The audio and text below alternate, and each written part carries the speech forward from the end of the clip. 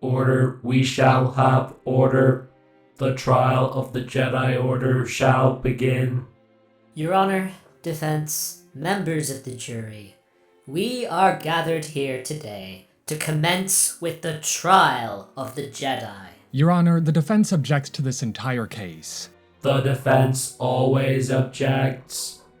The prosecution may continue. The Jedi are widely considered to be the heroes of the galaxy, the defenders of peace, justice, and democracy. However, we are not here to discuss the merits and victories of individual members of the Jedi Order. We are here to examine the great failure of the Order as an entity. We are here to examine their defeat at the hands of Emperor Palpatine, also known as the Dark Lord of the Sith, Darth Sidious. Under the noses of the wisest and most powerful Jedi of the prequel era, Sidious plotted against the Jedi for years. The Jedi did nothing as he eroded the pillars of democracy. They did nothing as he manipulated and corrupted the young Anakin Skywalker. And they did nothing as he led them down the path of their own destruction. The question that you, the jury, must ask yourselves is how much are the Jedi Order responsible for allowing this disaster to occur? Because the Jedi Order were not the only victims of their failure. Millions suffered and perished during the galactic-wide conflict known as the Clone Wars. An army of clones were bred by the Sith for this phony war, and the Jedi led them into battle, directly into the heart of the meat grinder. Countless more have suffered under the brutal regime of the Empire. Rebel movements across the galaxy took heavy casualties and great sacrifices in their fight for freedom. Millions died on Alderaan, destroyed by a planet-killing weapon created and deployed on the orders of the Emperor. The magnitude of this failure is sufficient for us to question the competence of the Jedi Order. To maintain balance in the Force is the primary purpose of the Jedi Order. It is their highest priority, and in order to achieve this goal, the Sith cannot be allowed to exist. Their existence disrupts the natural order. In other words, the Jedi exist for the sole purpose of fighting and destroying the Sith. So I ask again, why did the Jedi do nothing? Why did they allow the Dark Lord of the Sith to amass so much power that it led to their own destruction? Why did they allow their greatest asset, Anakin Skywalker, the Chosen One who was prophesied to possess the power to destroy the Sith? Why did they allow him to be manipulated by Palpatine? Now, the defense will argue that their reasoning was a deference towards caution. This was why they were so apprehensive about training Anakin Skywalker as a Jedi in the first place. It was why they failed to do anything about the clone army, even after learning their unsavory origins. This inaction is the very reason why they nearly went extinct. The legacy of the Jedi is failure. Hypocrisy, hubris. That's not true. At the height of their powers, they allowed Darth Sidious to rise, create the Empire, and wipe them out.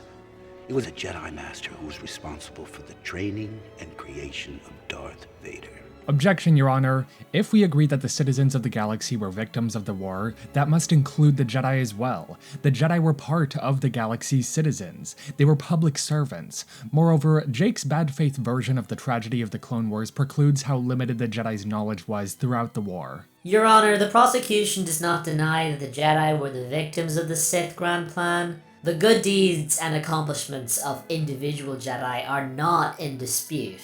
But the competence of the Jedi Order as an institution is instrumental in this case. They may well have known what the will of the Force was. They may have known that Anakin was the chosen one. They may even have known that the clone army was commissioned by the Sith. But all of that was irrelevant, because the Jedi Order simply had too much to lose. In other words, they were forced down a path of inaction due to their own ineptitude. Palpatine was so many steps ahead of them that he created a situation where if they even attempted to deviate from the path that he had laid out for them, they would materially suffer. And the Jedi were so used to being cautious that they walked directly into his trap. Even their suspicions against Palpatine in the last days of the war could not save them because they were unable to take the risk. And this is the core problem with the Jedi Order. This is what prevented them from making the right choices when it truly mattered. Their purpose is to carry out the will of the Force. But they lost the ability to correctly interpret the will of the Force when they stopped listening to their own instincts. They kept making compromises, biding their time, waiting for the Dark Lord to make his move first. Too worried about the potential consequences of doing the right thing. Training Anakin might be the will of the Force, but it's risky because he could grow up to be a powerful enemy if they do it wrong, so they don't do it. The clone army may be part of the Sith grand plan, but doing anything about it could work against the war effort, so they do nothing. Palpatine may fill Yoda with a sense of dread and foreboding, but the Jedi had no proof that he was anything but a typical politician, and working against him would be detrimental in the long run, so they don't take the risk. All this caution, all this waiting around, biding their time, always taking the path of least resistance.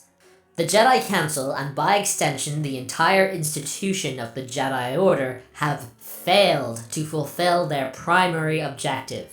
They do not carry out the will of the Force. They actively ignore their own instincts, work against their own interests, treat their greatest asset with suspicion and apprehension, and expose him to the manipulations of their greatest enemy. The Jedi Order failed to prevent the rise of the Sith. In fact, it could be argued that they actively contributed to it by taking part in the Clone Wars at all. They chose to prioritize their material concerns, to ignore their instincts and feelings. They should have known better. Arguably, they did know better. And yet, knowing they were making mistakes was not enough to stop the institution from walking into its own doom. In the end, the Jedi never got to uncover the Sith. Instead, the Sith Dark Lord chose to reveal himself, and when he did, it was far too late for them to do anything about it. This is the failure of the Jedi Order. Not the Jedi as a concept, but the Order, the institution which failed to live up to the ideals of the Jedi. Ladies and gentlemen and droids of the jury, you ought to find the Jedi Order guilty on all counts. The prosecution rests, Your Honor. Defense, you may proceed. Thank you, Your Honor. Members of the jury, everything in the prosecution just said holds water. He's right, the Jedi failed to protect the galaxy. I was not expecting to hear that, but then I also didn't expect the defense to be a talking camera. I will allow it. What I mean is that they were made to. The Sith's plan accounted for every aspect of their philosophy and morality, and in order to see why, we need to understand who they were, what they stood for, and how they were manipulated by their own inherent goodness, starting with their very understanding of life as we know it.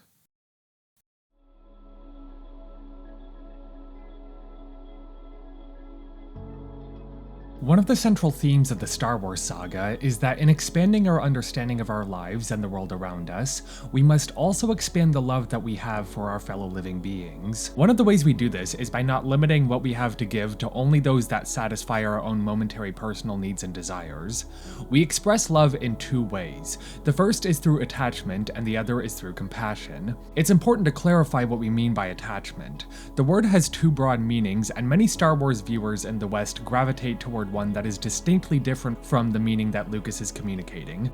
To many, attachment is shorthand for simply connection, emotional connection with those that one cares for. This is the meaning that many psychological resources give to it, and the one that Western viewers are most likely to be familiar with. However, attachment as a psychological and emotional compulsion, especially in religions and cultures outside of the West, has a far different meaning, and the meaning of attachment in Star Wars is far closer to that definition. The Jedi in Star Wars are encouraged to love everyone around them, and the love they express sustains to a far greater extent than it would for most ordinary people.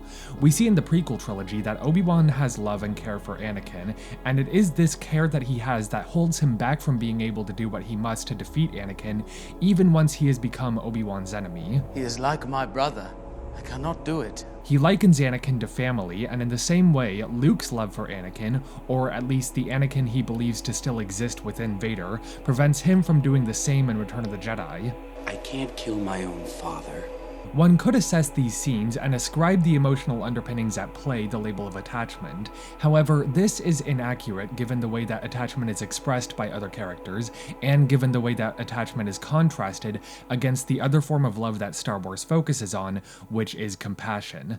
Attachment is a form of conditional love. Attachment is the way of expressing love to someone or giving something to them, but with the condition that we need that someone else to make us happy in turn. Attachment is the form of love that one expresses when one prioritizes one's own self-interests and own desires above the needs of the people around them. Because of long-held and deeply seated biases that people are conditioned to internalize, especially here where I live in the global north, many are of the understanding that it's best to put people in our own little circles of immediate friends and family above everyone else. Moreover, many people are made to believe that this is not only the best and most satisfying way to live, but that it's actually a moral virtue to think of love in this way.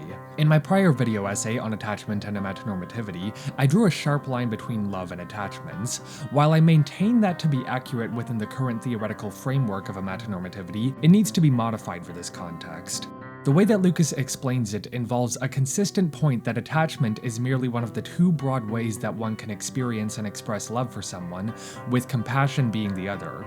Put simply, attachment is the feeling that you love someone, along with the feeling that you would be unhappy without them. It's not the same thing as simply loving someone else and doing what one can to make them happy.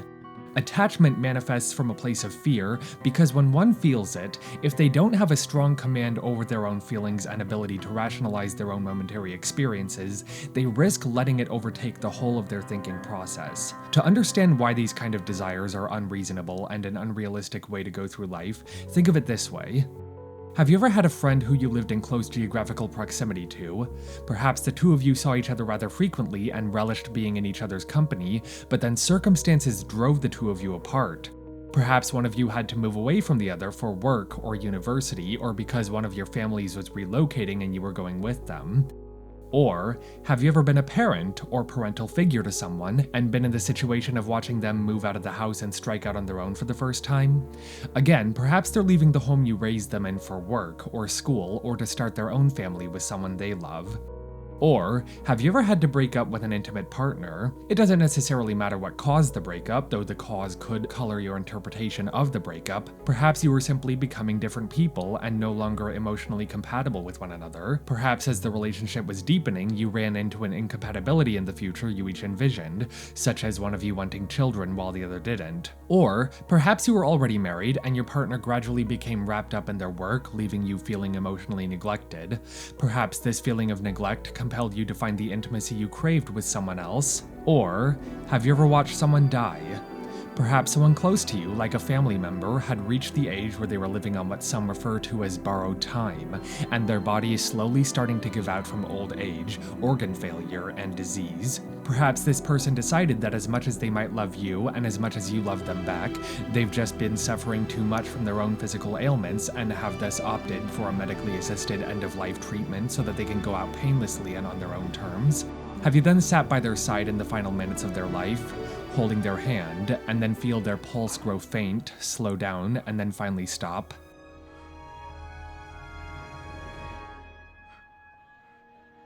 These, of course, are just a few of the countless emotional conflicts that people could find as they navigate their lives. I'm sure that anyone watching this could think up their own anecdotes, but the point that I'm getting at is, how did you react to that situation? I'm sure many people would be saddened by things like this happening, but how did you process it after your initial reaction? If you found yourself consumed by anger at the perceived unfairness of it, or distress over being separated from someone you'd felt so close to, or fear that this would lead to an erosion of your own capacity to live a fulfilling life otherwise, that comes from attachment. And what are the odds that you'd prefer to live the rest of your life feeling this way?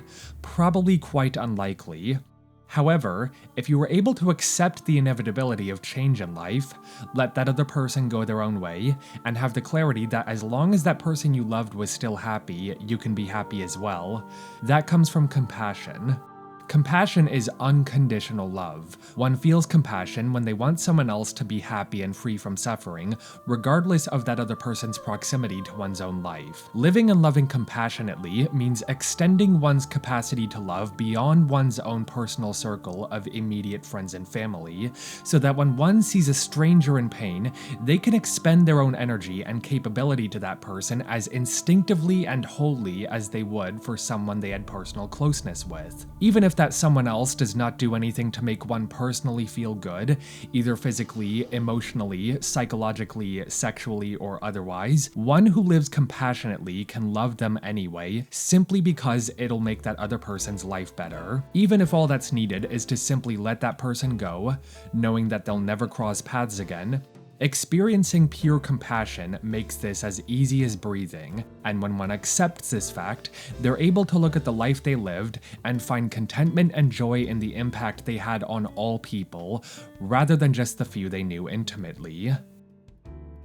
The rationalization one uses to express compassion like this is that all living things seek to live and live well. We might know the deepest joys and pains of ourselves or of those close to us, but that knowledge is unique to our individual experiences with them. Such knowledge exists independently of the larger realities of the joys and suffering of those we don't know and therefore are nowhere near as close to. Feeling and expressing compassion is an important early step in expanding our understanding of life, because unlike attachment, compassion can be extended to everyone and maintained for not just our entire individual lives, but forever. How attachment happens? Here's how it happens. You see this person. Are you an angel? What? And you think like, oh, he or she is perfect for me. He's the best thing for me. And I want to be with that person forever. I need to be with that person. In that case, you hold on to that person tightly. You don't want to let go of that person. Senator Amidala and I are simply friends. Then, what do? You try to protect him or her. Sometimes you overprotect him or her. So some people, they put restrictions, like you should not use social media, you should not go and talk with other people, right? You should not come out of house. As your husband, I demand that you tell the Chancellor you are stepping down. Demand? The Jedi turned against me. Don't you turn against me? The more you try to hold on to someone's life, and the more you try to control someone's life, chances are very, very high for you to lose that person. But of course, when he did that, she didn't want to have anything to do with him anymore. In a recent study out of the University of Toronto, psychologists coded over 800 Billboard #1 hits for their attachment themes. They found that from 1946 to 2015, lyrics have grown increasingly more avoidant and less secure. Maybe you identify yourself up here somewhere? This reflects social disconnection. which is a catalyst for longing. And if longing is a mental muscle, then the more we flex it, the stronger it gets. The closer I get to you, the worse it gets. When I look into the future, all I see is you. The pleasure factor of greed and of selfishness is a short-lived experience. Therefore, you're constantly trying to replenish it. But of course, the more you replenish it, the harder it is to, so you have to keep upping the ante. Pleasure is purely self-centered. It's all about your pleasure. It's about you. I want more. And I know I shouldn't. It's a selfish, self-centered emotion that's created by a self-centered motive of greed. Ultimately, for a Jedi Knight, it's very easy to give up, and one of the things they give up is marriage. They can still love people, but they can't possess them. They can't own them. Because sometimes you can be infatuated with somebody, or you can be sexually aroused by somebody, but that isn't falling in love. And you sort of have to move away those momentary things that come and go within, days or hours, and try to say, this is the real thing. I just directed my energy elsewhere. Attachment places those who we perceive as worthy of love and help on a hierarchy, with a small few people, those we grow connected to over our lives, above everyone else in the world. But compassion removes this hierarchy and reframes everyone as equal. In the pursuit of a compassionate life, one attempts to maintain an absence of distinction between caring for those to whom they are close and those to whom they are not. Human beings are incredibly complex creatures, and because of that, the feelings of attachment versus compassion are not quite as binary as they're often rendered in Star Wars. The so-called light side and dark side of the Force position the concepts of attachment and compassion as two diametrically opposed paths that one can walk. But here in our galaxy, in our world, they intersect and coexist all the time.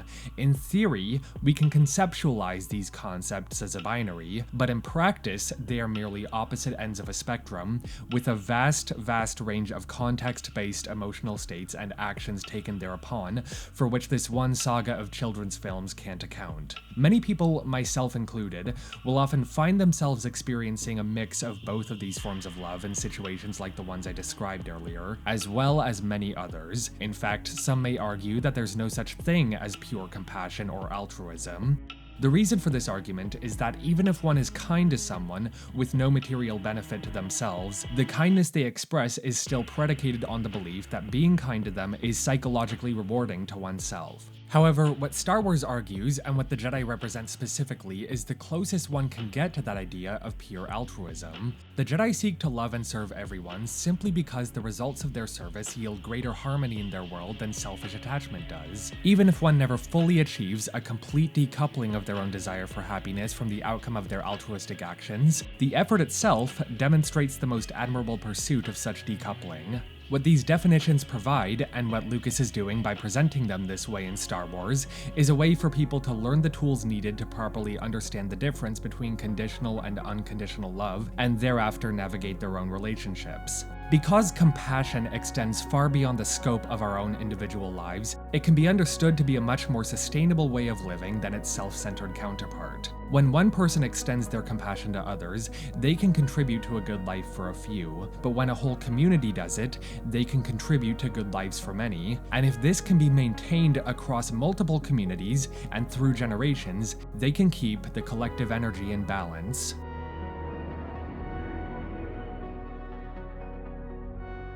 Lucas has explained that in designing the thematic and philosophical tapestry of the saga, he envisioned that collective energy, known as the Force, to be something that is contributed to and shaped by the attitude and actions of the people in that galaxy. The essence of the Force is that symbiosis. Most life forms besides us humans engage in symbiotic relationships rather instinctively in comparison to us, because the habits and actions that they take to facilitate such relationships are necessary for survival and mutual thriving on a more immediate level.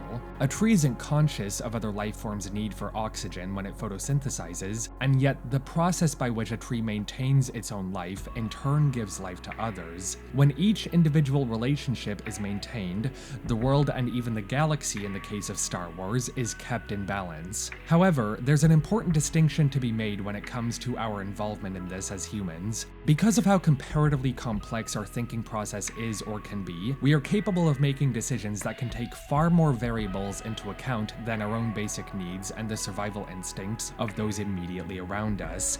And upon making such decisions, we can then perform actions that have far greater consequences than more primitive species. Therefore, we hold much more potential for our actions to bring about an even greater harmony than can be found in the animal kingdom and its hierarchical food chains therein. We don't need to eat one another to survive, but at the same time, we also hold much more potential for our actions to destabilize such harmony and bring about more pain. Simply put, we're capable of great compassion and great greed, but we also have control over our greed. By exercising and maintaining control of one's greed, one can attain balance within themselves, and therefore refocus one's energy beyond their own desires. And so the means by which we as a collective whole maintain balance in the world is to embrace that grand symbiosis and help one another in service of the common good. And this is the foundation of the Republic. So in the beginning there was a lot of God and not much knowledge. And now we have a tiny bit more knowledge. And we can go for another 2 or 3 million years probably before we even get a hint of whether there's any intelligent design or anything behind what happened. You know, this is, again, part of the globalization of the world we live in. The average human being has much more awareness of the other cultures that coexist with them on this planet. So what lessons do you think they're taking away from watching Star Wars? One of the main themes in the film is having organisms realize that they must live together, and they must live together for mutual advantage. Not just humans, but all living things and everything in the galaxy is part of a greater whole. What you're looking at, Georgie, is mutualistic symbiosis. It's a kind of symbiotic relationship that benefits both life forms. For example, that turtle is eating moss off that other turtle. Aww, It'll both sweet. It'll both clean the receiving turtle's shell while at the same time fill the other turtle's belly. Everyone wins. Everything has been touched by man. Our ancestors cleared this and cultivated that, as people have struggled with nature to get what they needed to survive. So without people, this scenery wouldn't have been here. No, it wouldn't have. To get what they need from nature, farmers have to do a lot of different things to make sure that nature will continue to provide forever. This is lovely. A tree needs the ground it grows on, the ground then needs man to kind of look after it, and in fact my character makes a statement to this little boy who becomes my apprentice. Midi-Chlorians are a microscopic life form that resides within all living cells. And we are symbionts with them. Symbionts? Life forms living together for mutual advantage. That we wouldn't live unless we had them, and yet if we saw them under a microscope, we'd see these kind of nasty little bug-like things that your instant reaction would be to kill it, but that is life. You and the Naboo form a symbiont circle. What happens to one of you will affect the other. You must understand this. That's a theme that runs all the way through Star Wars. When the Republic came into being, it pretty much ended all the wars because of the Senate and doing things through negotiation. The Republic is that mutualistic symbiotic circle, but blown up to literally galactic level, with thousands of moving individual parts that all rely on one another. A democratic government comprised of thousands of planets that all work together for common good. The Republic is run by a Senate body of elected officials that represent the interests of their people. And while some of the individual planets adhere to what we consider to be monarchical terminology, think Queen Amidala or Duchess Satine, they're granted power through election, just as is the case with senators, presidents, or chancellors. When the Republic functions, everyone's voice is heard. Any elected official from any system can make their needs known to all other systems present, and the Senate in turn can take action to facilitate whatever process is needed to meet those needs in a way that maintains the balance in the galactic symbiosis. I'm aware that we're taking a while to get to the Jedi's involvement in this conflict, but that's because while much of the screen time in the prequel trilogy is afforded to the division that grows between them, this issue of a democracy ceasing to function comes about by the growing inaction of the governed just as much as it comes about by the actions of the governors. As mentioned, the senators are elected by the citizens of their respective worlds. It's a representative democracy, not a system wherein the people make the decisions, but one in which they elect a relative few to make the decisions on their behalf. In theory, it represents what should be an efficient form of governance. We might all as individuals have a duty to be politically knowledgeable and get involved when and where we can, but most people find their capacity to do that to be limited. We have families to take care of, classes and jobs to get to, and plenty of other things that hold our attention and energy. Furthermore, our individual needs and desires vary from person to person. The purpose of a representative democracy, then, is that those who have the knowledge, cunning, and compulsion to serve in a governing body will shoulder that responsibility so that the rest of the community's members can go on with the business of running their restaurants and libraries and such, and that the government's members will rotate regularly to prevent any one person from holding excessive power for too long, lest they lose touch with the people they purport to serve. However, this ritual of elections and the emphasis placed on them as the most important way for us to fulfill our civic duty obfuscates opportunities for more direct action: protest, demonstration, unionizing, and other forms of community organizing. We spend one day every once in a while casting our votes, only to then neglect our own political agency afterward until the next election. And if conflicts ever arise between us and the leaders we voted for and/or the businesses that sponsor them, we hold relatively little power to resolve them. We tortured some folks. We did some things that were contrary to our values. In The Phantom Menace, when we visit the capital planet Coruscant, we see the Senate in a state of corruption and dysfunction, with its members no longer operating as a group. Sheev explains that the Senate has become full of greedy, squabbling delegates who have no interest in the common good. Lucas has said directly that the senators fell out of the symbiotic circle, and that because of this, they couldn't agree on anything. This is a dangerous state for any government to fall into, because however valid any individual senator's interests are, they can't be acted upon, at least not to their fullest possible efficiency and effectiveness, without the support of the other participants in the symbiotic circle. Everyone is competing against one another to place their interests at the top of the hierarchy, hindering the Senate's ability to respond decisively to the problem placed before them. A peaceful, defenseless people being occupied by a trade franchise who doesn't want to pay taxes is a crisis with a pretty clear right and wrong answer. However, literal corporations have voting power in the Senate, and so it's their interests that get prioritized. They got that voting power by bribing the actual senators, including the current chancellor's advisors, ensuring that any response they have to the crisis will keep the capitalists' pockets lined. Oh, won't somebody please think of the stockholders for the Commerce Guilds? To be realistic, Your Majesty, I think we're going to have to accept Federation control for the time being. That is something I cannot do.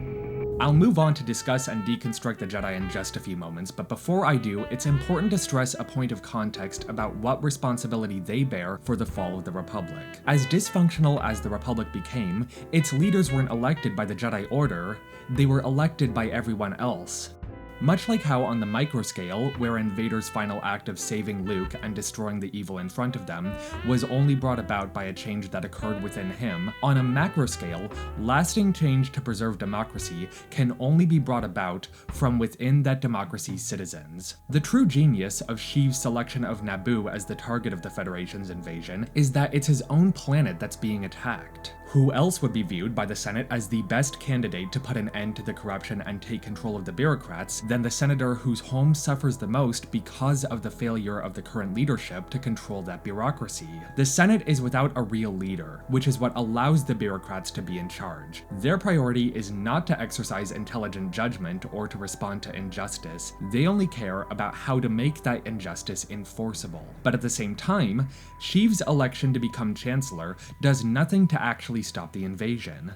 Queen Amidala might have called for it in the Senate meeting, but it's her own decisiveness, her own compassion, her own ability to display humility before the Gungans, and her own appeal to their shared responsibility to the symbiotic circle that actually stops the crisis. If Amidala had simply left the meeting and gone back home without calling for the vote of no confidence, the rest of the climax on Naboo would have gone unchanged. Sheev was simply able to exploit her frustration at the injustice to elevate his own power. The replacement of a weak-willed, lame duck with a decisive strongman who can enforce the laws and maintain the appearance of sanity in the governing body is what moves the other elected leaders' thought process away from the threat to the symbiotic circle that's happening right now and toward the allure of direct, unilateral action in the face of intractable gridlock. And the challenging truth to accept is that many people have this impulse. It manifests in us in tiny ways every day. You know, here's an interesting thing about democracy is if you don't treat it well, if you don't do your job, especially if you're a representative in the Senate or the Parliament or whatever, you know, the whole thing can go awry, because if you're always bickering and not agreeing on things and doing the people's work who elected you, a tyrant will come in and take over and do it for you because the people want to get the job done. Well, then they should be made to. By whom? Who's gonna make them? I don't know. Someone. You? Of course not me. But someone. Someone wise.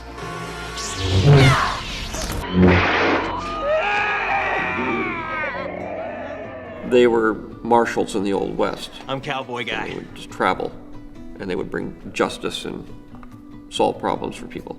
They help to put forth answers where people are in the middle of a dispute. They aren't an aggressive force at all. We're keepers of the peace, not soldiers. I can't fight a war for you. They're compassionate negotiators with a very big laser sword, which they don't like to use, but if somebody doesn't want to solve the problem, they'll solve it for them, so to speak. It's your choice, but I warn you not to underestimate my power. Which is an incentive for people to solve their problems without fighting. Which reminds me, I have something here for you. Jedi are like negotiators. They aren't people that go out and blow up planets. They aren't people that shoot down things. They're more of a one-to-one combat type. Since they had chosen such a short-range weapon. This is my favorite one. That's the one. They would have to be so good if they're up against ray guns and lasers. So they would have studied every great sword-fighting style and come up with a kind of mixture of kendo and samurai and, you know, a bit of tennis and a bit of tree chopping. Everything that you could swing at. I guess because I'm such a fan of Japanese samurai movies, and I've watched a lot of kendo fights and a lot of stuff, I'm doing pretty good at it. This weapon is your life.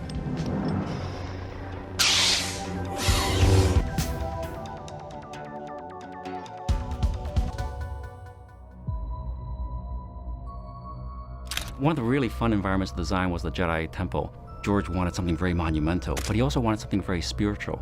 And so we came up with the idea that it was going to be these 5 giant towers, and the Jedi Council being on the top of the very center one. It's in some ways almost religious, and if you think about it, you know, you have this vast planet, and yet the Jedi Temple is on top of that, and they have the highest point looking down. To counterpoint that, the Senate chamber was going to be more like a big mushroom dome, and then it's all internal. Everything is on the inside part of it. And so you have these two contrasting forms, a very vertical, sort of spiritual aerial place, countered with the sort of a dome, almost cave-like environment for the Senate chamber. The Jedi are a group of people that have the unique advantage of being able to interact and commune with the energy that all life forms in their galaxy emit, because they spend their lives attaining mastery over the unity of that energy. That energy, that force, is unified through microscopic organisms known as the Midi-Chlorians. The Midi-Chlorians are a concept that is only mentioned a handful of times in the prequel era of the Star Wars saga, but even so, they're integral to the spiritual underpinnings of the narrative and to the trajectory of many of the major characters. In this way, the overall lack of direct acknowledgement of their presence, in spite of their importance, makes for a fascinating metatextual commentary on the way that there's so much that's out of our own control in the grand scheme of existence.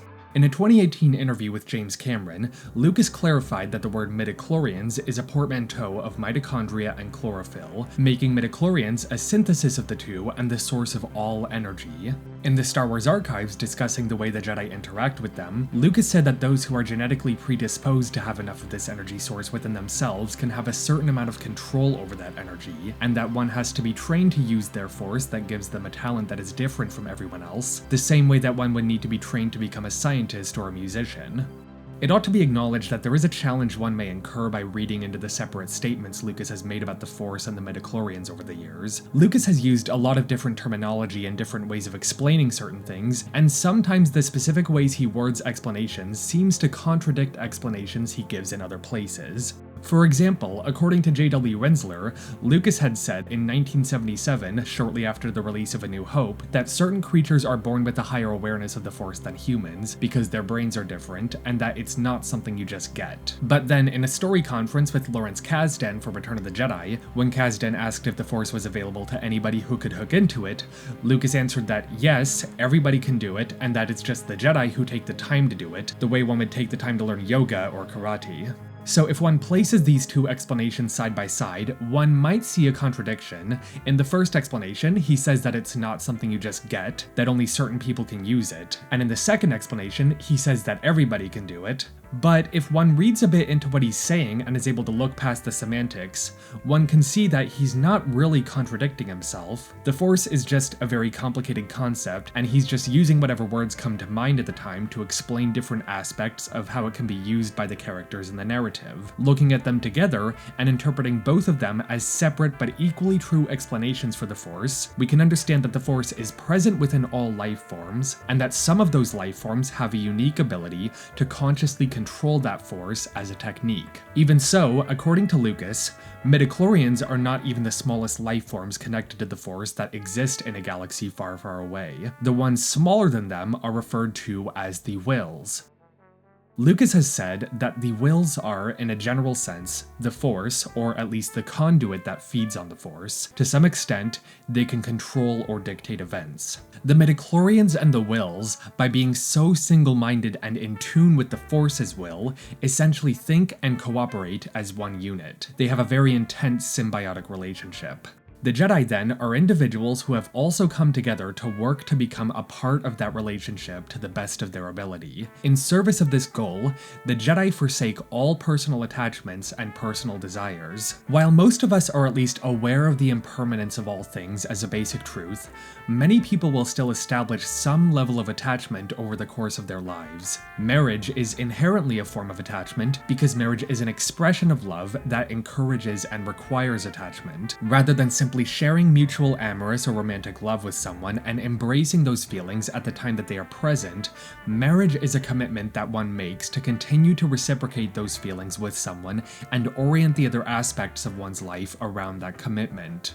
A Jedi's life involves traveling all around the galaxy to manage conflicts between whomever they interact with. But one cannot provide care and support for all random forms of life in the world the way that one can for their own spouse or children. So instead of tying any part of their life to a single person, the Jedi interact with everyone they do, being acutely aware of the fact that such interactions will eventually come to an end. Their mindfulness of this comes from their ability to feel what everyone else does through the living Force. Many people feel that in sort of the contemplation of nature and in communication with other living things, there's something about this boy.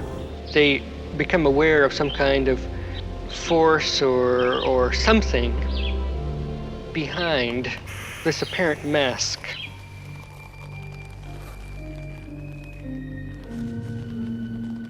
And they call it God, or they, depending on their particular disposition. To the question... You mean feelings or thoughts?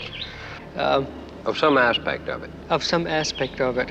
I found an unforgettable part of it being the emphasis of Kenobi on intuition, on urging Luke Skywalker to feel what he sees, to depend on this second sight, this insight, which is a very powerful Buddhist notion.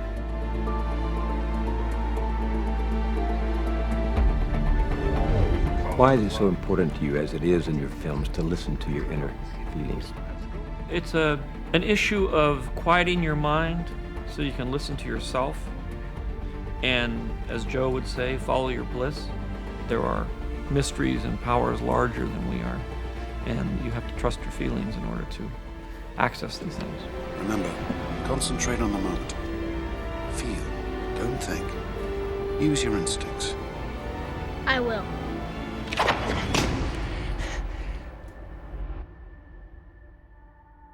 Being in such strong control over their judgment and actions is also incredibly necessary due to how much more strongly the Jedi feel and sense the patterns of life and death in their surroundings. Death surrounds us all, doesn't it? Some of it we see, but most of it we don't.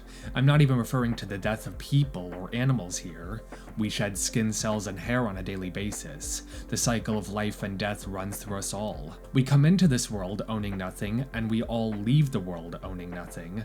You can't take it with you, as they say. So in the same way that we use cars, or houses, or physical objects to certain ends, we're also using our skin, or hair, or organs during the time we have them. In the same way, we use the love and support that people offer us and give what we can to them in turn. The highest goal, then, for a Jedi is to transcend this cycle to the greatest extent they can, to go from occupants of this physical manifestation of life, or users of its material objects, and instead become a force of continual harmonization for the collective energy of their galaxy's life forms. They travel from place to place, wherever they are needed, to resolve disagreements that other people are having over matters of the immediate and the physical. They remain unattached to any individual person, because this allows them to remain neutral in such conflicts. Rather than coming into any conflict with a bias toward a particular side, they are able to offer up wisdom and put forth answers that will resonate with both parties' shared values, and thereby bring about lasting change that will benefit everyone involved. The Jedi's overall neutrality doesn't result in their not taking sides in conflicts. It actually results in them being able to take sides with remarkable efficiency. Without any personal attachments to any specific individual on Naboo, or any personal attachments to the specific individuals in the Trade Federation, the Jedi don't stand to gain or lose anything from their involvement in the conflict. Nothing compromises their judgment. So when they take a stand against a Commerce Guild illegally invading a defenseless and peaceful civilization, there's no room for questioning where their loyalties may actually lie. In The Phantom Menace and the following episodes to a diminished degree, the Jedi who we see embody this goal the most successfully is Qui-Gon Jinn.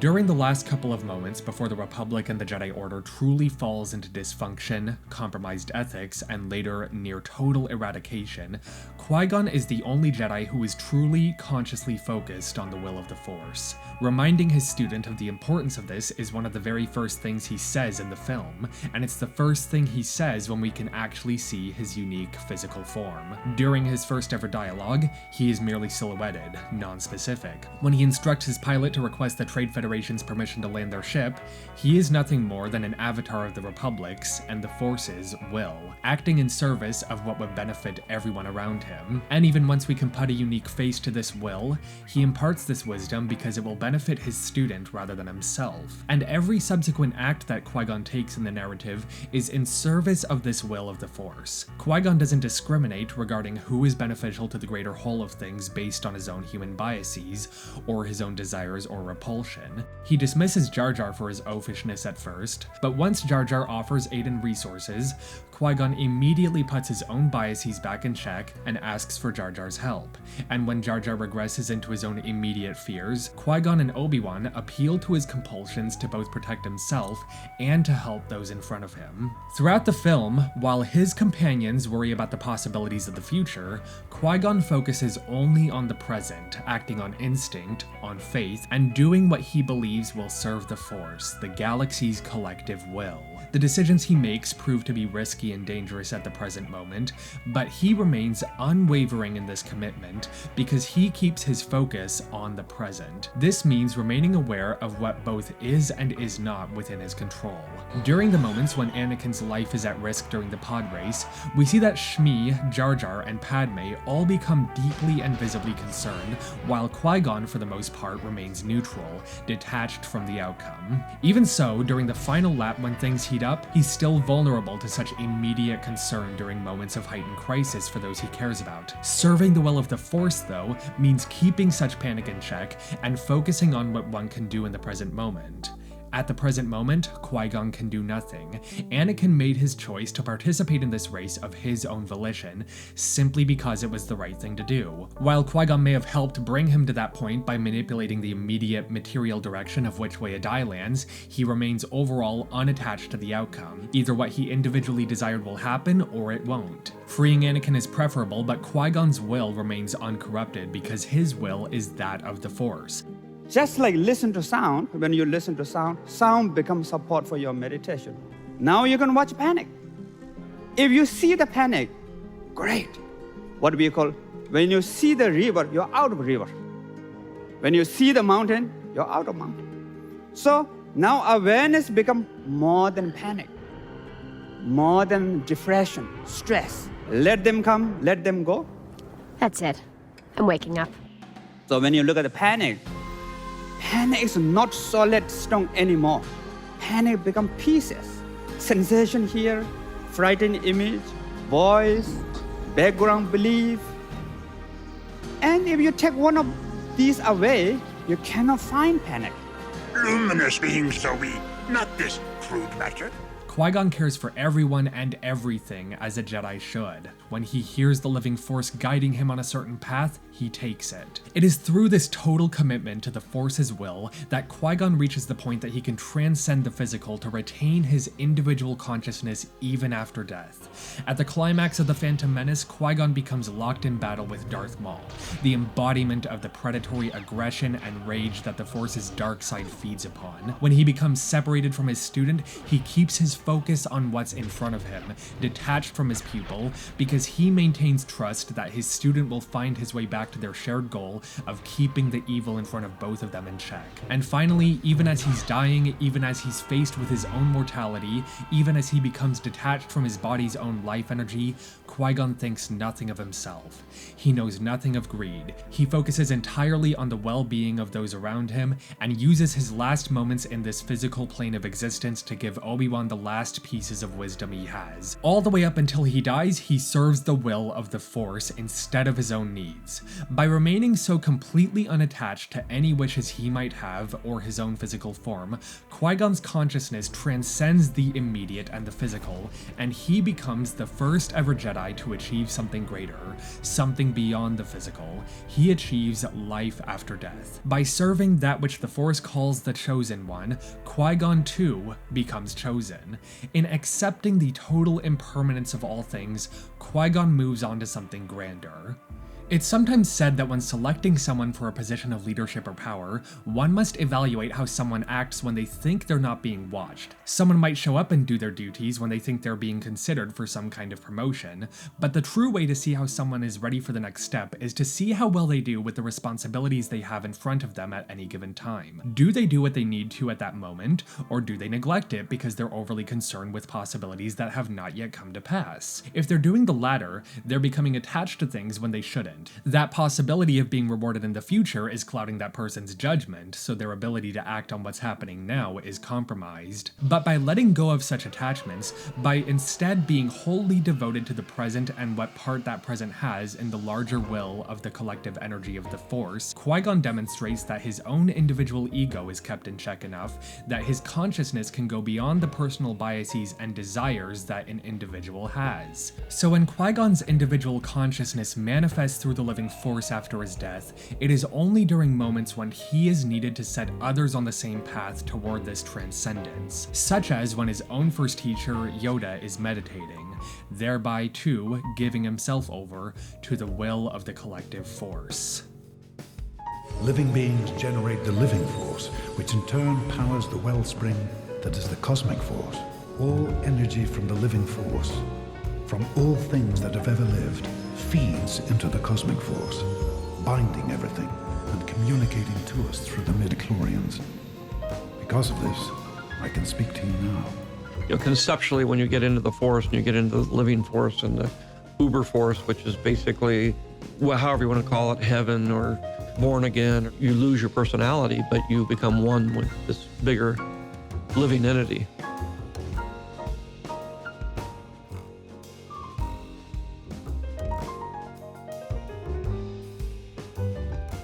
Before we move into the next stretch of this video essay, I need to go on a brief side tangent about an important element of this type of narrative analysis. When one puts themselves in the position of having to defend elements of a narrative, there's a form of argumentation that's easy to step into when they try to engage in justification for their chosen elements called the Thermian argument. Named after the aliens in Galaxy Quest who are unable to perceive any difference between fiction and reality, one puts forth a Thermian argument when one defends criticism against the implications or connotations of a text by citing in-universe explanations for why the text is the way that it is. As I understand it, a Thermian argument uses a text as defense against criticism of said text. The Thermian argument as a tool for media analysis and discussion has been called into question by those who stress the importance of the fact that works are, of course, designed by real authors, and are thereby subject to whatever decisions the author makes about how to render whatever piece of the text is being criticized within their chosen medium. Now, here's why I'm bringing up the concept.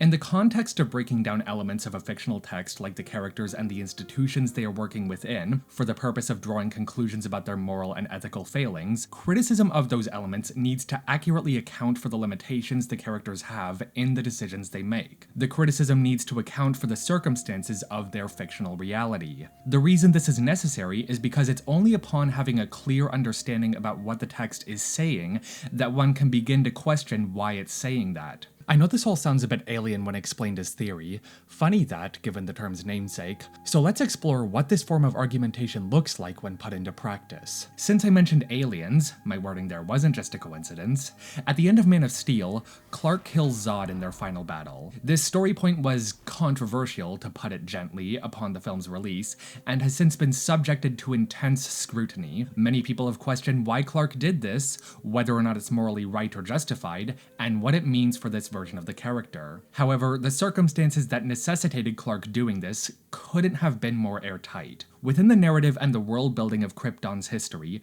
Zod was genetically engineered to be the ultimate super soldier. For the entirety of the film, he was openly single-minded in his goal of terraforming Earth and destroying its people to rebuild the Kryptonian race.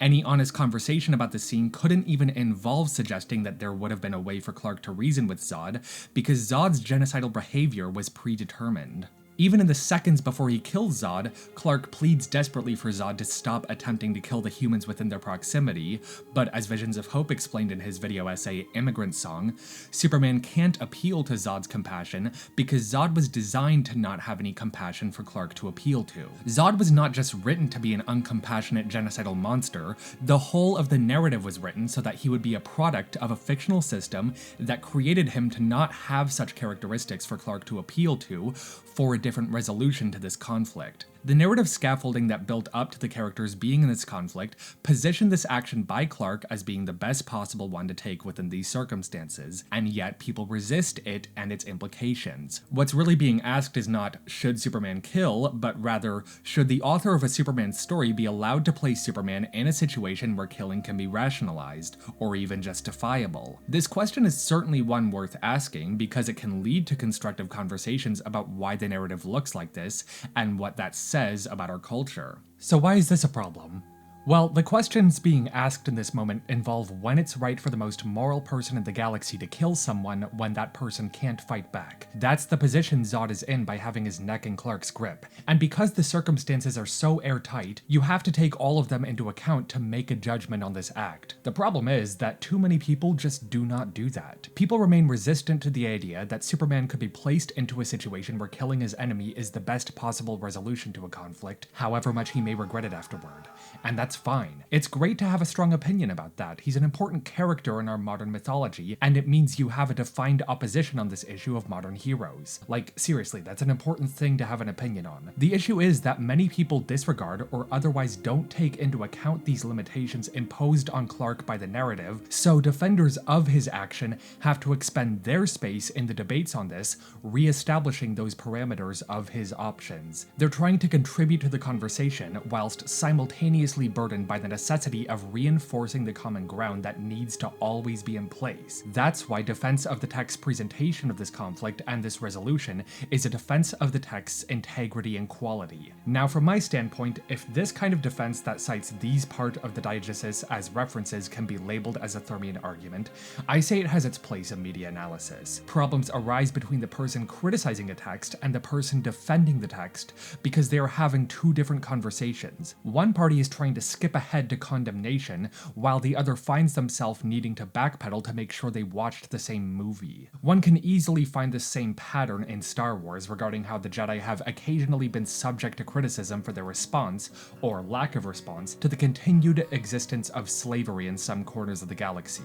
Some viewers have assessed the events of the Phantom Menace at Attack of the Clones and become displeased by the fact that Qui-Gon visits Tatooine, becomes aware of the slave trade that goes on there, and doesn't put an end to it himself. Nor do the Jedi respond by going out and freeing all the slaves there with what resources they have. However, just like with the Man of Steel example, the circumstances and world building of this element of the text are similarly well-reasoned and justified. When Padme, a public servant for the galaxy's government, learns about the Outer Rim's slave business, she objects to its presence and attempts to cite the Republic's anti-slavery laws. Shmi clarifies that Tatooine isn't part of the Republic. Tatooine sits in the Outer Rim, outside of the Republic's jurisdiction. The Jedi are servants of the Republic. They enforce its laws, and if slavery is outlawed in the Republic and the Jedi answer to the Republic, it would then follow that the Jedi are not complicit in the slavery system. The slave trade on Tatooine is run by the Hutts. The Hutts are gangsters. If the Republic were to go out with the Jedi by their side to try to put an end to their slave business,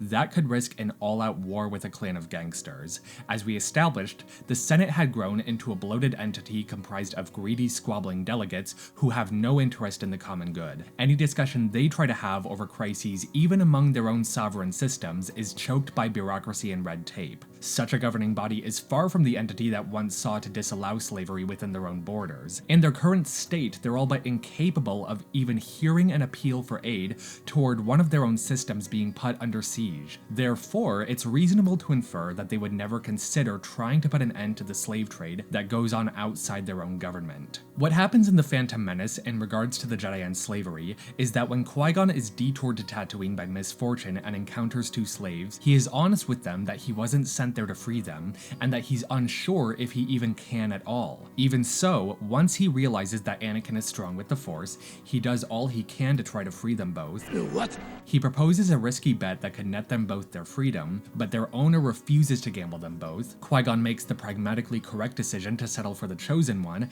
and upon winning, is honest with Anakin that he attempted to free his mother as well, but couldn't. Qui-Gon had to proceed with this respectable victory of freeing one slave without ever revealing to Watto that he was indeed a Jedi. Considering the disdain with which Watto references them, and considering that neither Watto nor Jabba are vulnerable to the Jedi mind trick, one can infer that any power the Jedi hold in Republic space would be as useful as a screen door on a starship in the Outer Rim. What we see take place between the Jedi and slavery in the outermost reaches of the galaxy is an honest presentation of the truth that there are always some injustices that certain people, however powerful they may be, are powerless to fully eradicate. You're not all powerful. Well, I should be. If we apply the framework we were using with the Man of Steel example, criticism of the Jedi for this element of the text can't be, why didn't the Jedi end slavery? Because that question can be easily answered through an appraisal of the text of the films. The question instead should be, why was the narrative designed in such a way that the Jedi couldn't end slavery? And from there we can refine the question for the specific goals of whatever discussion is being had. In the case of most discussions regarding these topics, the way I'd think to phrase it is, how much of a positive force were the Jedi in the galaxy when slavery still existed in some areas? And from what I usually observe of discussions trying to answer this question, details like the fact that slavery was established to be outlawed by the government the Jedi answered to are ignored. Now, with all that having been clarified, we can move on to discussing the real, true failings of the Jedi to preserve the galaxy's symbiotic circle.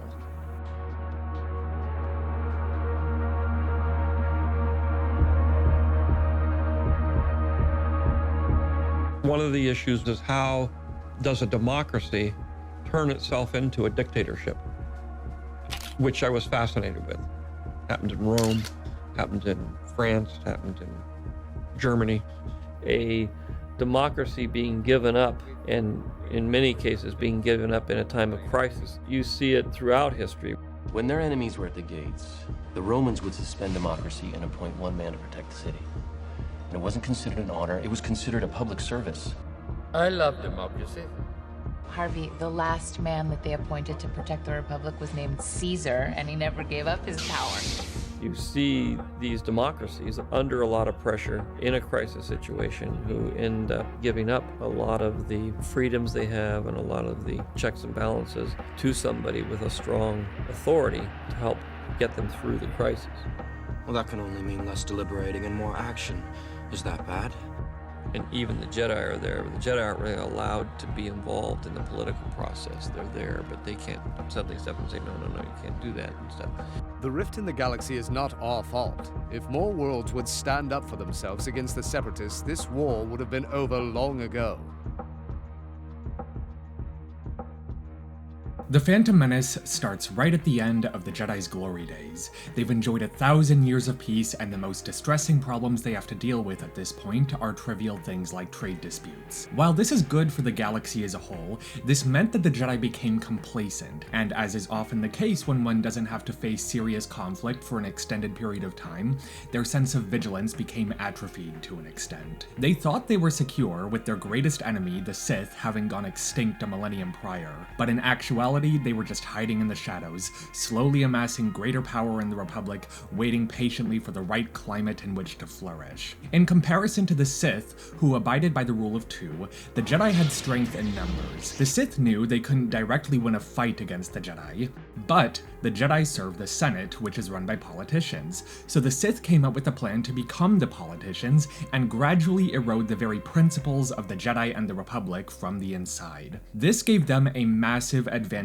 in their war against the Jedi, because the Jedi were, by choice, completely unskilled when it came to playing politics. They made a point of staying out of the Senate's business, knowing they possessed neither the shrewdness nor the ruthlessness to be effective politicians. They already wielded divine power through their connection to the Force, and they knew that if they were to ever seek political power, it would corrupt them.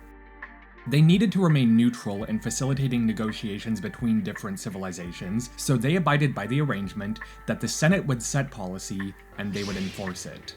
Unfortunately, this meant that they were vulnerable to being cornered into doing things they didn't want to do. The Sith didn't abide by the same discipline to not seek out political power, so they were able to manufacture a war between the Republic and the Separatists. When the Senate voted to give Sheev emergency powers so that he could approve the creation of an army, the Jedi were powerless to stop it. When the Chancellor then declared war against the Separatists, the Jedi were powerless to stop it, and the Jedi were then drafted into service, forcing them out of their role as diplomats and into the role they never wanted to be: soldiers.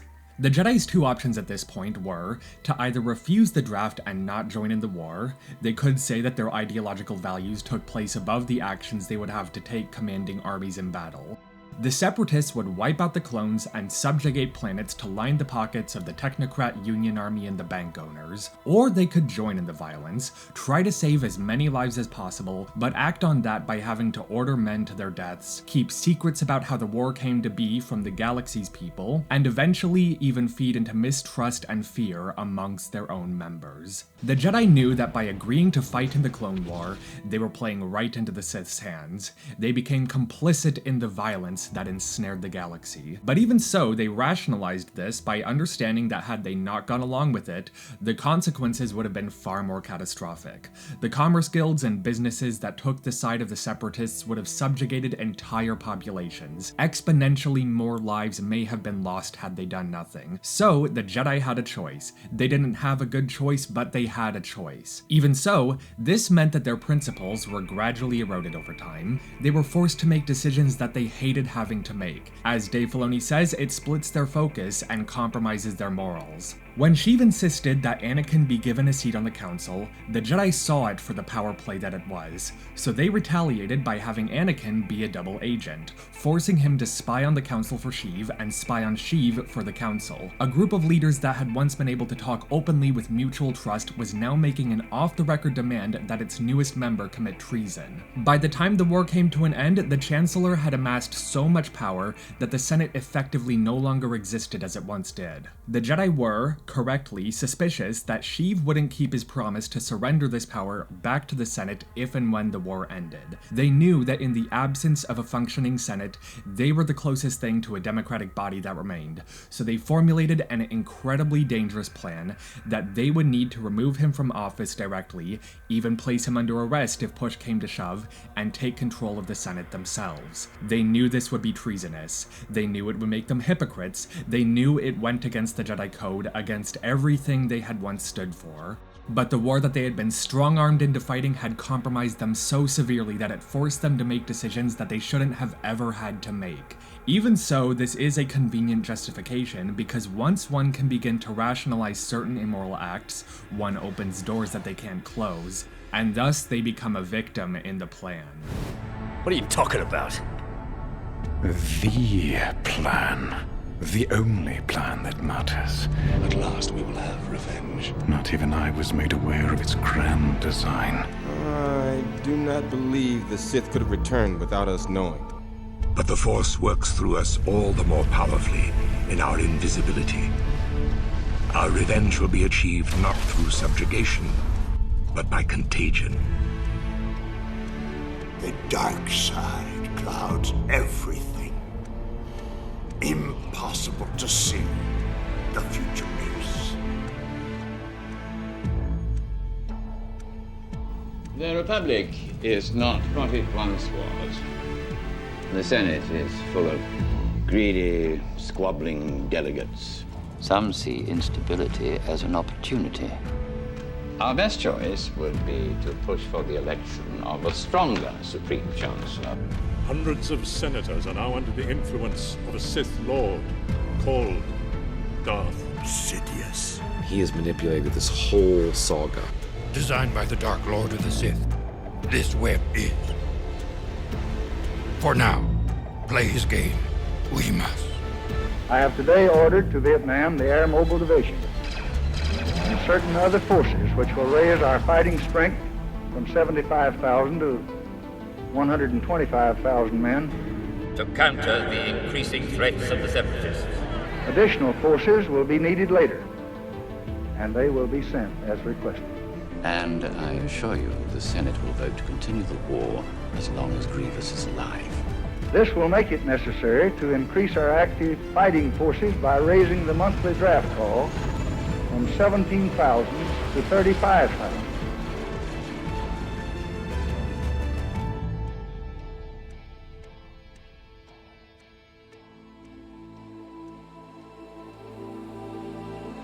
You think we've come so far? The Sith have been extinct for a millennium. Before you can blink an eye, suddenly it threatens to start all over again. The Chancellor is behind everything, including the war. Starting pistol went off a long time ago, boys. You're playing for the bad guys. Are you sure we are taking the right path? The right path? No. The only path. Yes. In grade school, we learned about redcoats, the nasty British soldiers that tried to stifle our freedom and the tyranny of George III. And I think subconsciously, but not very subconsciously, I began increasingly to have the feeling that I was a redcoat. Are we the baddies? I wasn't a hero, I wasn't a good guy, that somehow I had become everything I had learned to believe was evil. You learn a little more how to accept the world the way it is. But here's the rub. Heroes don't do that. Heroes don't accept the world the way it is. They fight it.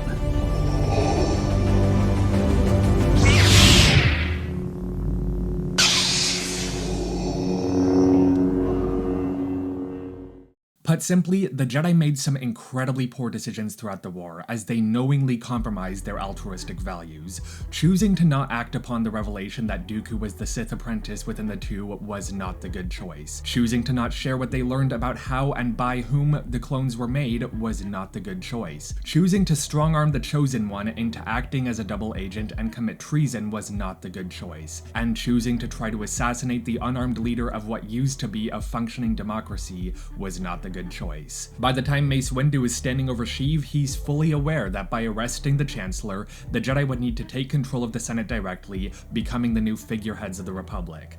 That's just by forcing him out of power, not even by killing him. That's the irony of the reprise of It's Not the Jedi Way. Neither of them are right, both of them have lost the ability to act in the Jedi way, because both of them are killing an unarmed prisoner. Everyone in the galaxy is now locked in the self-destructive cycle of fear, to anger, to hate, to suffering.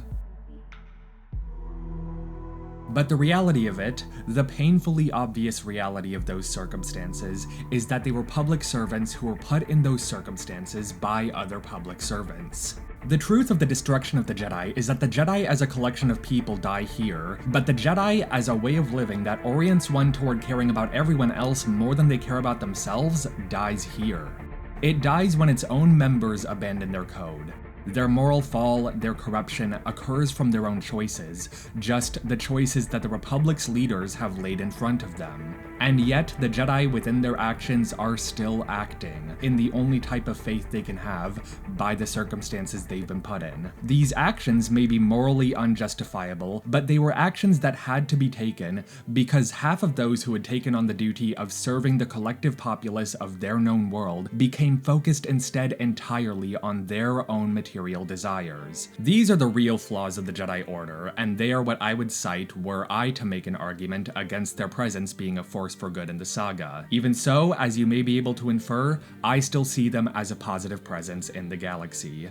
Their flaws are rooted in human errors that many viewers ought to be able to identify with. These human errors, along with the weak points inherent to the system of representative democracy in a commerce-based society, were then exploited by malicious demagogues who were obsessed with power. This does not mean that their moral code was inherently destructive. The Jedi felt compassion for everyone in the galaxy and wanted all of its citizens to live safely and prosperously. So when the Empire is overthrown and peace is restored by a group of rebels led by people who support the Jedi's compassionate morality, we are meant to understand that the victory they achieve signifies that democracy is restored, and the Jedi along with it, and they are ready to usher in a new era of true peace. I only hope that those who have seen Star Wars recognize the Emperor when they see him. The answer is to fund the police. You know, the emperors don't see it. No matter how much you tell them, they can't see beyond their own greed. And anybody who's talking about hate or doing bad things to people, they're on the emperor's side. I'm on the side that says you should treat people decently. You can argue about whatever you want to argue about, but we're all in this boat together. Everybody's in it together. And we're going to all sink or swim together. Soon I'll be dead, and you with me. What happens to one of you will affect the other. You must understand this. And we haven't been doing a very good job over the last 10,000 years. Counselor, do you have any objections so far? To be quite honest, Your Honor, I don't know where to start. That was the longest opening statement I have ever heard. I'd like to take the helm of the Millennium Falcon myself so that I could scour the galaxy in search of the defense's point in all of this. My point is this. The defense moves for a mistrial. Order, we shall have order. Counselor, on what grounds are you requesting a mistrial? The saga itself, Your Honor. The purpose of this video essay has been to communicate two important points of discussion about the axioms of Lucas's Jedi. The first is regarding how mutualistic symbiosis is maintained by each individual's control of their own selfishness and attachments. The second is the Jedi's role in maintaining that, given the uniquely powerful capabilities they have, and how their goals became compromised and subverted by the selfish energy they became surrounded by. I've sought to outwardly defend the Jedi, especially from their more bad faith criticisms, but I did want to interrogate their culpability in the war they chose to fight in. I wanted to give them a fair trial. However, I have concluded that I can't find myself condemning the Jedi as an institution, as a way of living, and as an ideal for one to strive toward, simply because they became unable to uphold what they wanted to when living in a world that provided momentary, fleeting gratification, reward, or even just respite for ignorance, attachment, and hatred. I find that the deeper one tries to dig to find fundamental flaws in their ideology and practice, the more one can't find them. When they're restored at the final moments of Return of the Jedi, one has the hope that what will follow will be a reconstruction of a democracy, with the Jedi willing and able to defend it, no longer a compromised vestigial arm of a corrupted collection of selfish bureaucrats. One then begins to ask how this can be maintained. Lasting change can only come from within, so how is that achieved? Perhaps instead of the Jedi being subservient to the Republic, a galaxy far, far away requires a total separation of church and state, as many argue for in our galaxy. I can certainly see some merit to that, especially if the central religion of a galaxy far, far away literally worships compassion itself. Even so, if the congregates of such a religion know and harbor the power to enact swift and decisive violence against corrupt and greedy businessmen, as the Jedi do, I can also understand a centralized democratic government wanting to employ such an organization in their enforcement of democracy. But again, that necessitates the government's members actually practicing and enforcing it themselves. The Jedi act on the Republic's and the galaxy's will. Therefore, the galaxy's will needs to be one that will actually maintain the symbiotic circle. The truth of the matter is, while I may believe I could make better decisions than the Jedi did, I can't say that I would, were I in the same circumstances that they were and provided the same information that they had at any given time in the narrative. I might like to think I could show more faith in Anakin than Obi-Wan did, that I would trust the people's ability to do the right thing if told what the Jedi knew about the clone army, or that I could defeat both Sheev and help Anakin find a better way, handle Ahsoka better, convince more of the Republic's governments to defend their own citizens, but I can't say that I would actually achieve any of that. And being unable to do that, I object to the case against the Jedi. I might also argue that the power of an organization of warriors who strive to give themselves up entirely to the collective symbiosis of everything around them is the best possible asset for a government to have.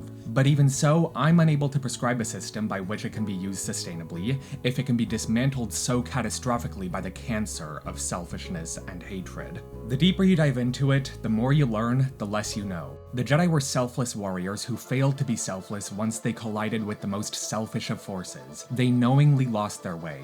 A galaxy far, far away is a galaxy of contrasts. I admire the Jedi, I aspire to become one, and yet I do not wish to be in their world. They're an ideal to strive for and one that many people might not reach. Some people don't want to reach it. But why should the fact of that, by itself, discourage anyone? The effort itself will always imbue compassion into all of one's interactions in life, so if one believes that to be a good way to live, they're going to gravitate toward it. And from what I've seen of my family, friends, and colleagues, most people do live that way, or at least try to. So even if, on a national and global level, the ruling class is making our world more resemble the galaxy of the prequel trilogy by the day, I still find myself driven to communicate what they mean, what they represent, and how they can sustain as a force in this world. So, is this the way? That's not much. It's enough. Thank you all very much for watching this video essay. I've had a lot of fun making this project, even if, and especially considering the enormous amount of time it took. This is the longest I've ever spent making a video essay for the channel thus far. This project was also especially fun to make because of the collaborators whose eyes I got on the script. First, both you and I owe our immense gratitude to Raymax Creates, who graciously offered to make the animated sequences in this project. He first had been consulting on my manuscript and having good debates with me about the saga, before it grew into a real collaboration on the courtroom-style framing that I put this whole essay in. The link to his channel and Blue Sky are in the description. I encourage you all to subscribe to his channel, where he publishes video essays on media as well, many of which include his delightful animation work. Hello everyone, my name is Raymax and I did the courtroom animations and additional voices for this video. Just want to say thanks for watching and a very special thank you to Ben for featuring me in this collab. It was a pleasure to work with you.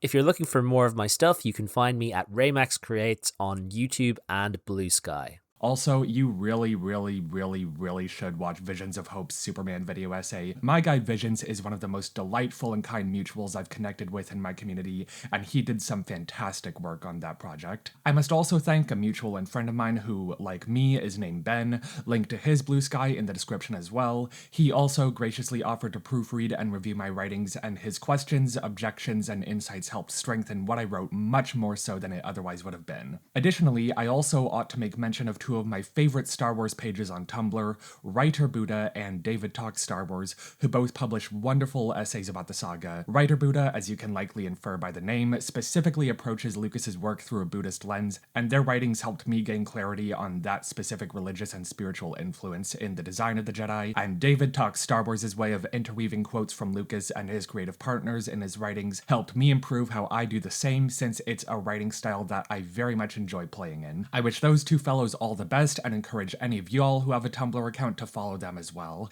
I look forward to sharing plenty of other creative work with anyone who feels inclined to continue watching. May the Force be with you, my lovelies.